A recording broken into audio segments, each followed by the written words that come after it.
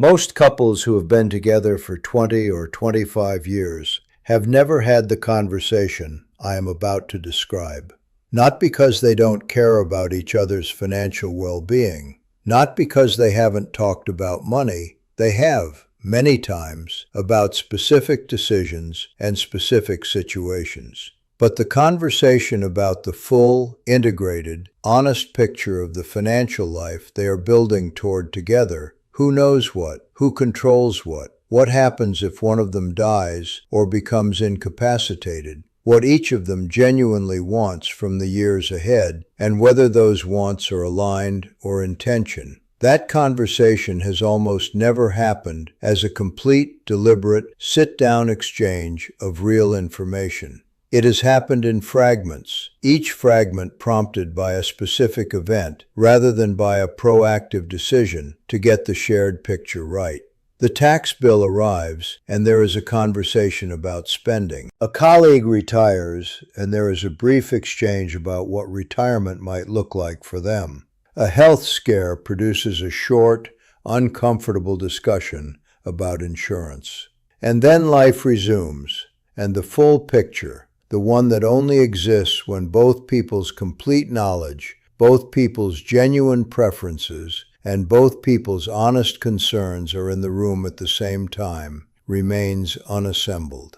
My name is William Grant, and the argument I want to make today is not that couples should communicate better in some general sense. The argument is specific. There is a category of financial risk that is unique to couples, that is almost entirely preventable through a single structured conversation, and that produces some of the most severe and most avoidable financial damage I observe in my practice. The risk is asymmetric financial knowledge, the condition in which one partner understands the full financial picture and the other does not, and the one who does not is left to manage that picture alone when the one who does is no longer there to manage it.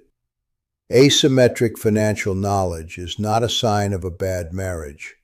It emerges naturally from a division of household roles that was rational at the time it formed and that persisted long past the point at which the conditions that made it rational had changed. In many couples of the generation now in their 50s, one partner, often but not always the husband, took primary responsibility for investment management, tax planning, insurance oversight, and the complex administrative layer of the financial life. The other partner managed different domains, often the household operational budget, the family social calendar, the caregiving coordination, and trusted the financial partner to handle the financial domain competently. This trust was reasonable. The competence was generally genuine. What neither partner anticipated was the specific vulnerability this arrangement created. If the financially managing partner dies or becomes incapacitated, the other partner faces the most complex financial decisions of their life at the moment of maximum emotional distress, with the least available knowledge of the terrain they are navigating. I worked with a couple named Dennis and Patricia. He was 61, a retired engineer, and she was 58, a part-time graphic designer who had maintained her own modest income throughout their 30-year marriage. Dennis had managed their finances with genuine competence for 3 decades. Their investment accounts were well structured. Their insurance was adequate. Their retirement plan was thoughtful and realistic.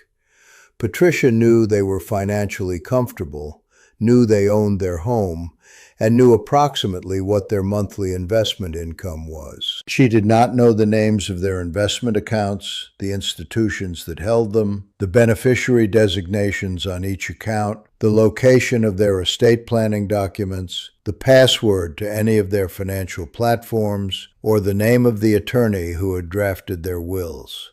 She did not know these things not because she was incurious or irresponsible, but because the information had never been transferred. because Dennis was healthy and present and the transfer had never felt urgent, and because both of them had implicitly assumed there would be time. Dennis had a heart attack at 63. He survived, but the recovery period left him cognitively impaired for 11 months.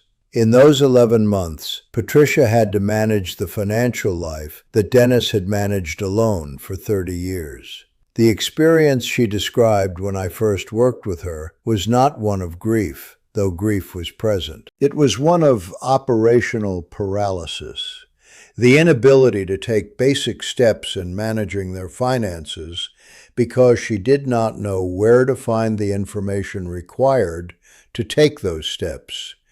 She could not access their primary brokerage account because she did not have the login credentials and the account was in Dennis's name alone. She could not locate their estate documents because they were in a filing cabinet whose organization only Dennis had understood. She could not speak to their financial advisor because she did not know who the advisor was. Every step required a search that added hours and days to decisions that needed to be made immediately. And every decision she made was made with the anxiety of someone navigating financial terrain they had never mapped. Dennis recovered.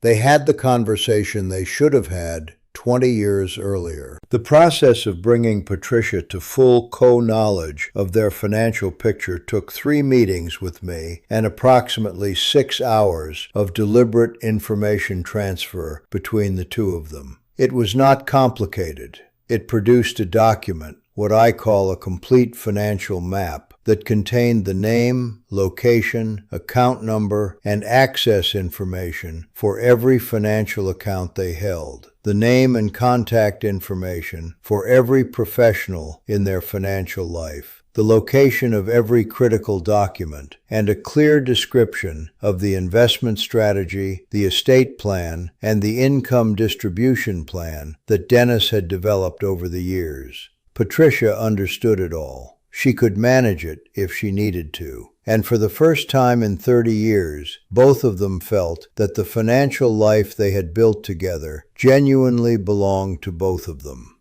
The conversation that couples over 50 need to have is not primarily about whether the financial plan is good. It is about whether the financial knowledge is shared.